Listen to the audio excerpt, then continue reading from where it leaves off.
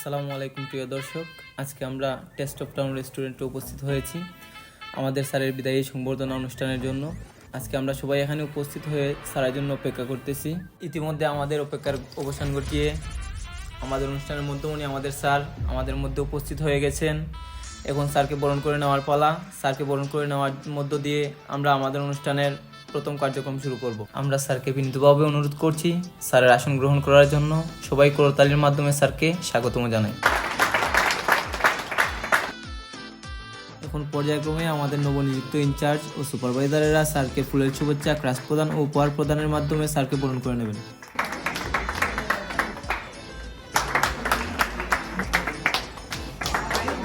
এখন পর্যায়ক্রমে আমাদের বিভিন্ন লাইনের সিনিয়রগণ ফুলের শুভেচ্ছা জানিয়ে স্যারকে বরণ করে নেবেন।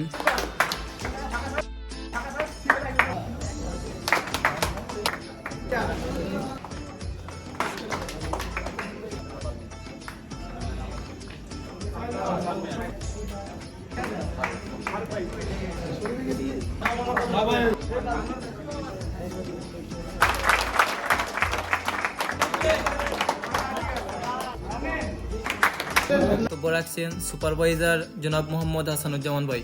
নিজে একসাথে চাকরি করতে সেই সুবাদে আমি আঙ্কেল ডাকি উনাকে আগে থেকে। এখন উনি আমাদের বিদায় বেলা, বিদায় না, এটা আমাদের মাঝে উনি যে সমস্ত কার্যক্রম আমাদের সাথে করছে বিগত দিনগুলোতে, আমরা অলিম্পিকে 13 বছর প্লাস, প্রতিটি বালিকণায়, প্রতিটি মেশিনের সাথে, প্রতিটি স্মৃতি আমাদের সাথে জর্জরিত উনার। এটা ভুলার মতো নাই, আমরা ভুলবো না। জাস্ট ওনাকে মুখে পাবে উনার বিদায় অনুষ্ঠান, কিন্তু উনি আমাদের অন্তরে গেঁথে থাকবে সর্বসময়। আর বিদায় বেলা উনি আমাদের বিদায় নিতেছেন, আমাদের সাথে সবসময় কমিউনিকেশন থাকবে। ভালো ভালো খারাপ যাই কিছু হয়েছে আল্লাহ তরফে ওনাকে আমরাও মাফ করে দিই, ওনারা সবাই মাফ করে দেন ভুলভ্রান্তি। উনি যেন একটা বিদেশে যাইতেছে, একটা বিদেশের বাড়িতে একটা ভালো একটা অফার পাইছে, এখন ওখানে যে আল্লাহ তাআলা ওনাকে যাতে কামিয়াবি করে, সে মূল উদ্দেশ্য হলো একটা দোয়ার অনুষ্ঠান আর কি। সবাই দোয়া করবেন। আসসালামু আলাইকুম। এখন আমাদের সামনে বক্তব্য রাখবেন আমাদের অনুষ্ঠানের প্রধান আকর্ষণ ও মধ্যমণি, যার জন্য আমাদের এত আয়োজন, জনাব মোহাম্মদ জাকির হোসেন স্যার। আমরা স্যারের বক্তব্য মনোযোগ সহকারে শুনব।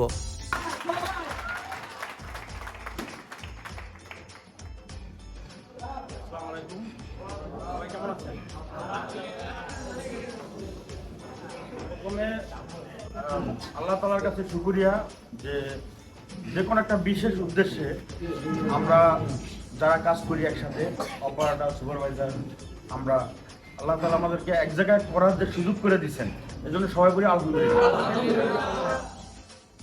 যাই হোক, আসলে বিদায় বলতে কিছু নাই, আমরা জাস্ট এক জায়গা থেকে আরেক জায়গায় ট্রান্সফার, যে কোনো উদ্দেশ্যে। বিদায় বলাটা ঠিক হবে না। একটা কথা আছে না যে যেতে নাই দিতে চাই, তবু চলে যায়, তবুও চলে দিতে হয়, ঠিক না? আসলে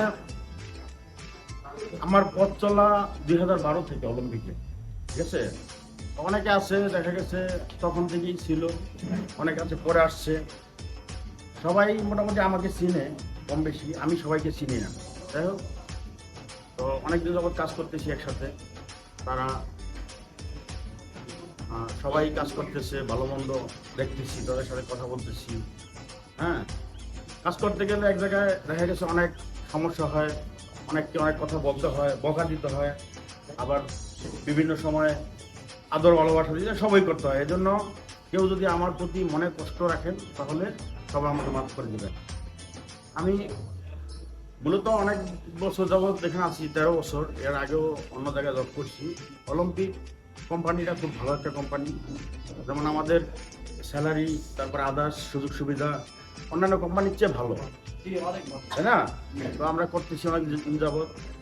এখন হয়তো বিশেষ একটা উদ্দেশ্যে অনেকে শখ থাকে না যে আমি একটু এটা করব। আমি মোটামুটি 20 বছর হয়ে গেছে, 20-22 বছর। ফরিদ ভাই আছে, আমরা একসাথেই ছিলাম শুরু থেকে, কাজ করতেছি। তারপরে মানে একটু মনে হলো যে এক জায়গায় একটা অ্যাপ্লাই করি, মানে বাহিরের ব্যাপারে, ইউএসএ অ্যাপ্লাই করলাম। অ্যাপ্লাই করার পরে মানে এরকম ইচ্ছা ছিল না যে এখান থেকে চলে যাব, দেখি হয় কি না। অ্যাপ্লাই করার পরে ইন্টারভিউ হয়েছে, ইন্টারভিউতে আমার এটা কি সাকসেস হয়েছে। এই জন্যই সিদ্ধান্ত। পরে আমি আমার স্যারদের সাথে কথা বললাম, মোটামুটি যাদের সাথে কথা বলছি 100-র মধ্যে 100%ই যাওয়ার পক্ষে আমাকে সমর্থন করছে। তারপর আমি সিদ্ধান্ত নিয়েছি যে আমি আসলে যেহেতু স্যাররাও বলতেছে যে ঠিক আছে ভালো হবে, এখানে যে বেটার হইলে, যেহেতু আমার একটা অপরচুনিটি আপনি পাইছেন যে এখানে যে বেটার হবে, এর জন্য আপনাকে আটকাবো না। যাই হোক, অলিম্পিক থেকে অনেক কিছু পেয়েছি আমরা। আমি কি দিতে পারছি সেটা জানি না, তবে অলিম্পিকের কাছে অনেক ঋণী আমি। সেই 13 বছর, যেমন আমি যখন জব শুরু করছি আমার সন্তান ছিল না। এই যে সন্তানের বয়স 11 বছর, ঠিক আছে, এই যে ছোট ছেলে তার বয়স 5.5 বছর, এখানের রুজি দেই এদের, মানে এই পর্যন্ত আসছি, ঠিক আছে। আমরা কোম্পানির কোনো বদনাম করবো না কেউ। আমার সবার কাছে একটা রিকোয়েস্ট, যে আমি নিয়োগ দেওয়ার সময় বলি, আগে পরেও বলি, যে আমরা যে কয়দিনই জব করব কোম্পানিতে, একদম লাস্ট দিন যাওয়ার দিন পর্যন্ত যাতে আমরা আমার বদনাম না হয়, মানে আমি কারোর সাথে খারাপ ব্যবহার করছি। যারা আছে যথেষ্ট ভালো, যথেষ্ট আন্তরিক, হ্যাঁ, সবাই ভালো, আমি মনে করি সবাই ভালো, সবাই আমাদেরকে অনেক হেল্প করছে। আমরাও চেষ্টা করছি কোম্পানিকে দেওয়ার, কতটুকু পাচ্ছি জানি না, আপনাদের সহযোগিতায়। আসলে একটা সময় আমি অ্যাসিস্ট্যান্ট সহকারী অপারেটর হিসেবে যোগ দিয়েছিলাম 2001 সালে। তখন থেকে অ্যাসিস্ট্যান্ট, অপারেটর, সিনিয়র, তারপরে সুপারভাইজার পর্যায়ক্রমে এই পর্যন্ত আসছি, কাজ করছি। একসময় মেশিন চেঞ্জ ওভার থেকে শুরু করে সব কাজই করছি, আপনারাও এখন যেটা করতেছেন। আমার কথা হলো যে সবার সাথে মিলেমিশে, সুপারভাইজার, অফিসার, অপারেটর, সহকারী যারাই আছে, হ্যাঁ, এটা একটা আমার একটা স্ট্রেস। আমি কিছু দেই, গিভ অ্যান্ড টেক, মানে আমি কিছু দেই, বিনিময়ে আমাকে কিছু দেয়। এখানে আমি যদি ঝগড়া করি তাহলে কি আমার বদনাম, কোম্পানির কিছুই হবে না, আমার বদনাম হলে কি আমারই লস। সুতরাং চেষ্টা করবো আমরা যতদিনই কাজ করি, অনেকে হয়তো বিভিন্ন অফার পেয়ে বিভিন্ন কোম্পানিতে চলে যায়, হ্যাঁ, আবার ভালো সুযোগ হলে অনেকে যায়, অনেককে আমরা বোঝায় রাখি, অনেকে আরও বেটার অপরচুনিটি পায় চলে যায়। তো এই জন্য বলছি যে মিলেমিশে কাজ করলে, আবার চলে যাওয়ার পরে কিন্তু আমরা তাকে ব্যাক করাই যে ওই ছেলেটা ভালো ছিল, আমাদের অমুক অপারেটর, সে কাজে ভালো ছিল, সে ভালো অপরচুনিটি পায় চলে গেছে, এখন আমরা তাকে একটু বাড়ায় নিয়ে আসি, স্যারদের সাথে আমরা আলাপ করি, ঠিক আছে ভালো হইলে আরে। এখন যদি আমার মধ্যে নেগেটিভ পায়, আমার অ্যাটিটিউড খারাপ পায়, ঠিক আছে, কাজের দুর্বলতা, অ্যাটিটিউড খারাপ, সব কিছু বাইরে কিন্তু আমাকে ব্যাক করাবে না কোম্পানি, তাই না? সুতরাং সবার মধ্যেই যাতে এই ধরনের মনোভাবটা থাকে যে আমি অনেস্টলি যে কদিনই জব করি, আমি একবার অনেস্টলি জব করবো, যাতে আমাকে কেউ নেগেটিভ কিছু না বলতে পারে। মাঝে মাঝে ঝগড়াঝাটি, টুকটাক সমস্যা হয়, এগুলো আমরা নিজেরা মিনিমাইজ করবো।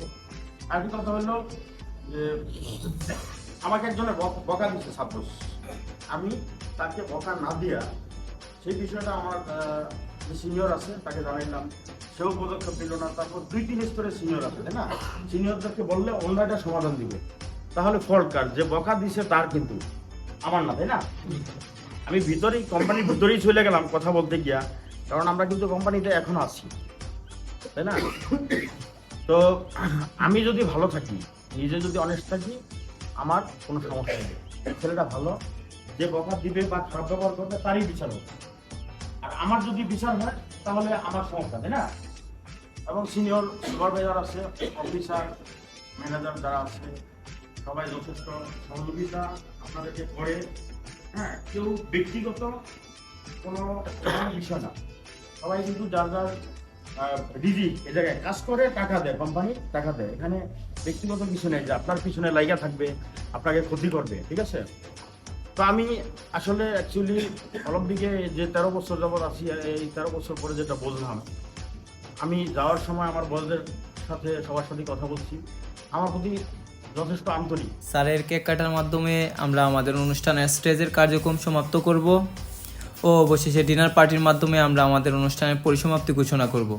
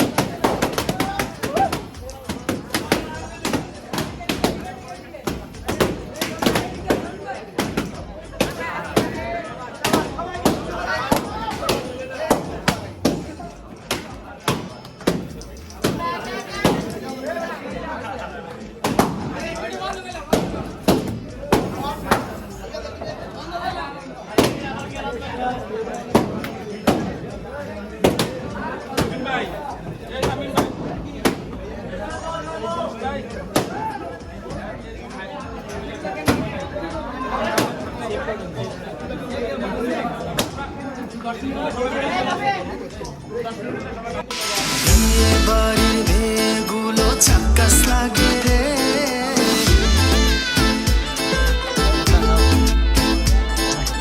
আগে গেলে বাঘে খাবে সুন্দরী তোমারে।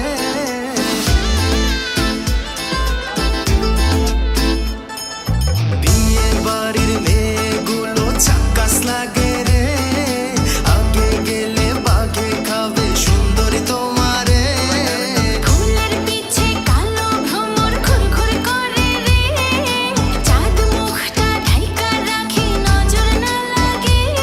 আরে ভাব নিও নামে আমি রোমান্টিক বলা, প্রেম করলে বুঝবে আমি আগুনের গোলা। যতই করো বাহানা, যতই করো না না না, বিয়ের ফুল ফুটলে বাজবে বিয়ের বাজনা। করবো আরো বাহানা, করবো আরো না না না, বিয়ের ফুল ফোটা এত সহজে না।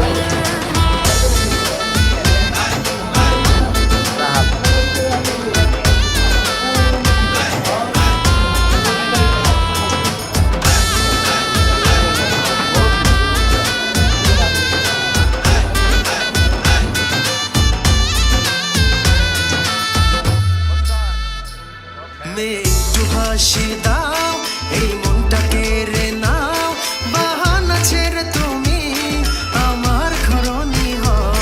আগে ছাড়ে যাও মনটা পেতে হলে যাবে জামানা। যতই করো বাহানা,